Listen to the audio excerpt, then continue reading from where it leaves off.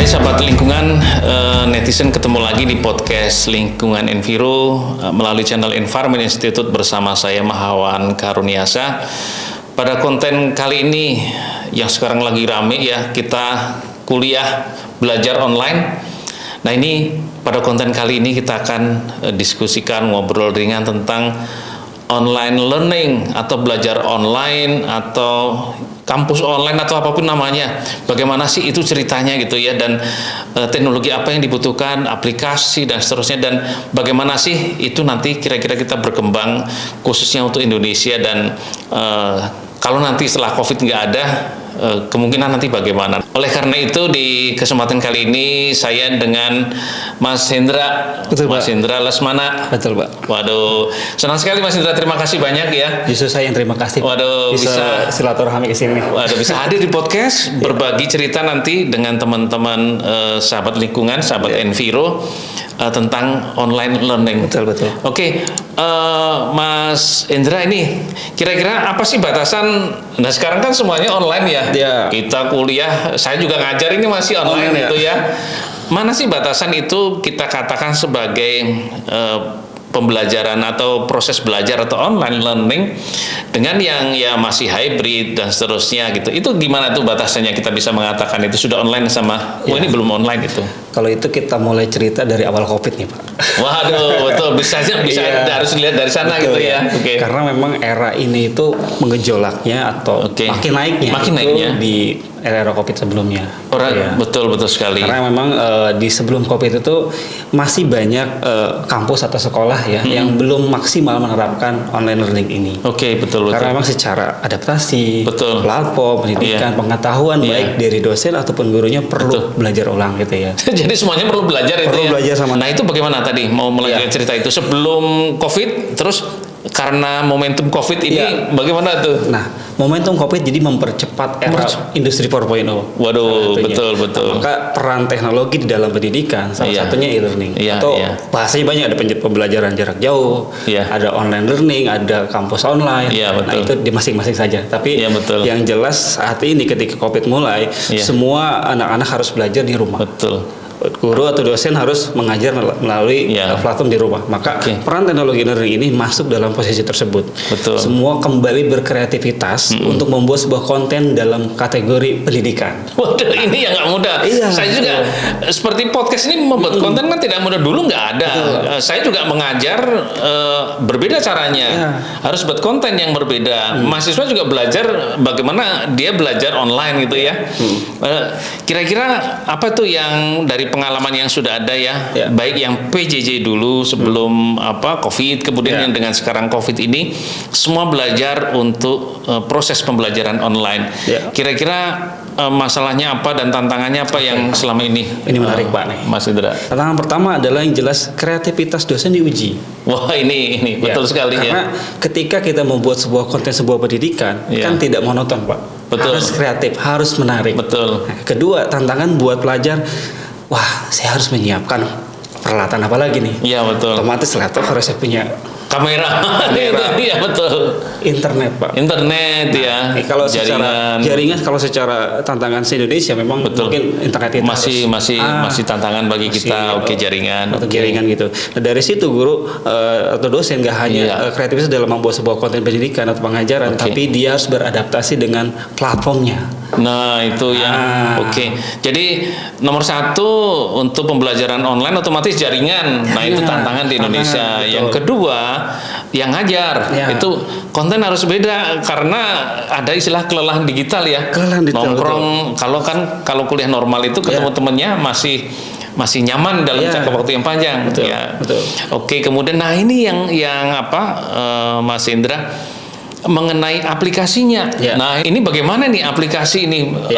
Selama ini kan kita ada yang kuliahnya pakai Zoom, pakai Google Meet, itu kan. Tapi kan sebenarnya butuh lebih dari itu sebenarnya. Kira-kira apa nih yang dari pengalamannya ada mengenai aplikasi? Akhirnya setelah waktu berjalan gitu ya Bang, pembelajaran mulai berjalan, kemudian menemukan nih kendala-kendala, tantangan-tantangan di setiap aplikasinya.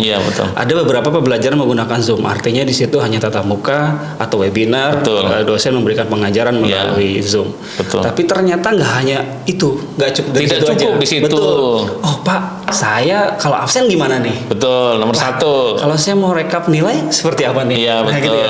Saya pengen tahu progres siswa atau mahasiswa sampai mana nih? Tugasnya bagaimana, ngumpulin udah atau belum? Iya, gitu. Mau ujian, mau UAS dan sebagainya seperti apa? Maka platform yang dibangun itu sekarang makin kemari gitu, jadi kayak model kampus digital, Pak. Oke. Jadi kita adaptasi langsung dari pengajaran nyata kita pindahkan ke dalam sebuah platform, di situ kita pindah. Oke, jadi intinya namanya platform itu kan menirukan di dunia nyata yang sebenarnya gitu ya. Iya, betul. Proses belajar mengajar itu ditirukan, kemudian dibuatkan platformnya, aplikasinya gitu ya. Dan itu ada yang sudah lengkap.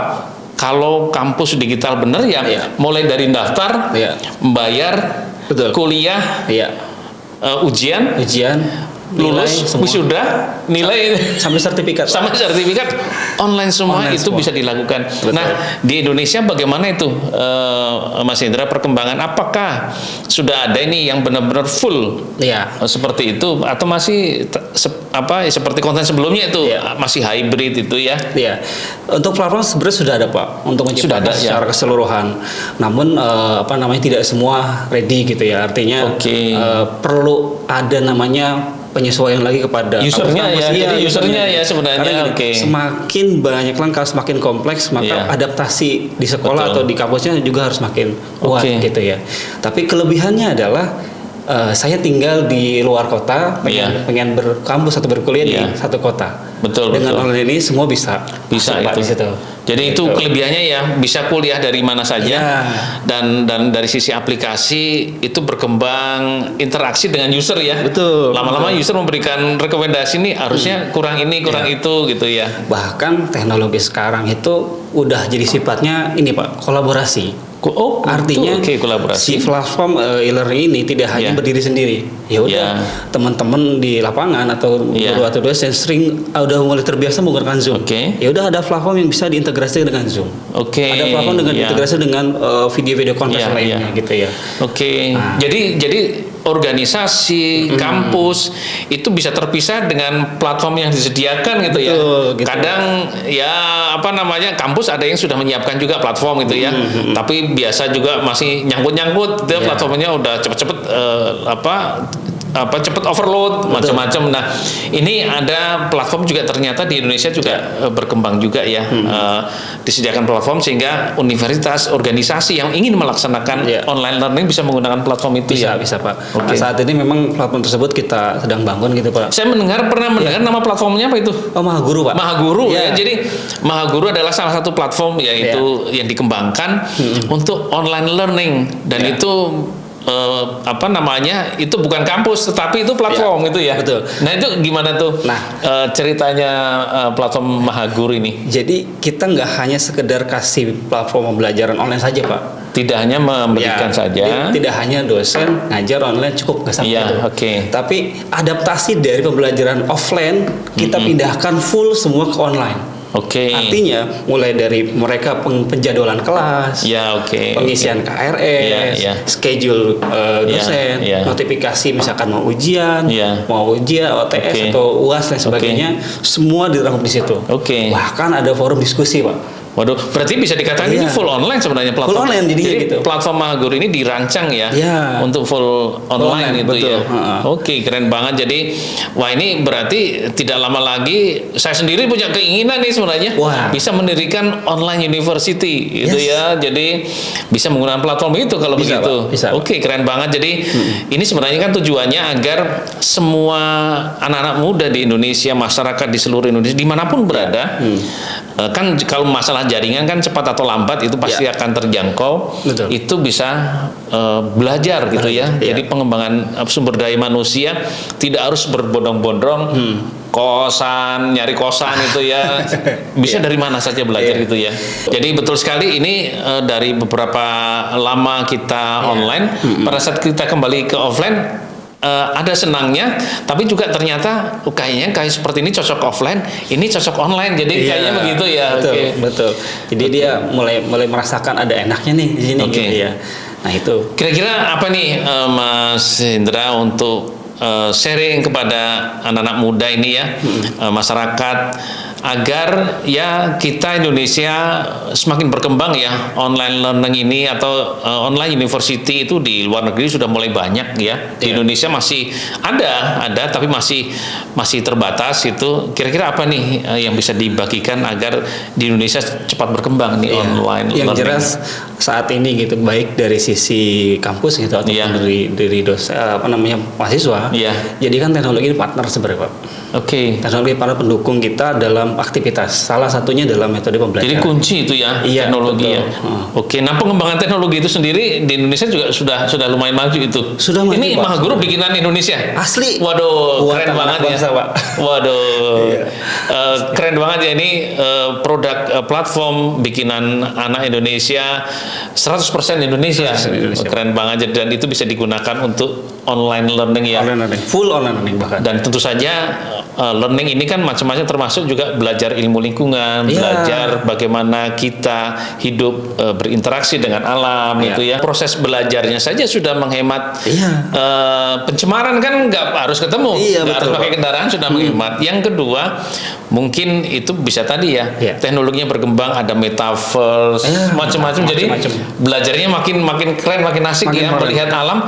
Nggak harus saya pergi ke Papua misalkan untuk melihat alam di sana, tidak harus ke Pulau Komodo untuk lihat Komodo. Mungkin dengan metaverse bisa belajar bagaimana perilaku orang utan Komodo dengan metaverse, dengan online learning ini ya. Betul, keren banget. Bahkan jadi bisa diajak ke dunia virtual. Nah, ini dunia virtual itu ya. Di mana memang di situ mengenal langsung, melihat langsung secara virtual. Nah, betul. Seperti ini ternyata misalkan ada orang utan seperti apa. Betul sekali ya. Jadi dengan teknologi-teknologi yang berkembang, maka kita belajar virtual bisa semakin interaktif, semakin menarik gitu ya. Betul. Oke, keren banget. Terima kasih banyak Mas Indra. Ini saya kira ini sahabat lingkungan, saya kira ke depan online learning akan semakin seru, dan oleh karena itu kita mesti belajar bersama. Ini semuanya belajar karena COVID ini, kita belajar bagaimana berinteraksi secara online dalam proses pembelajaran. Dan untuk bangsa kita,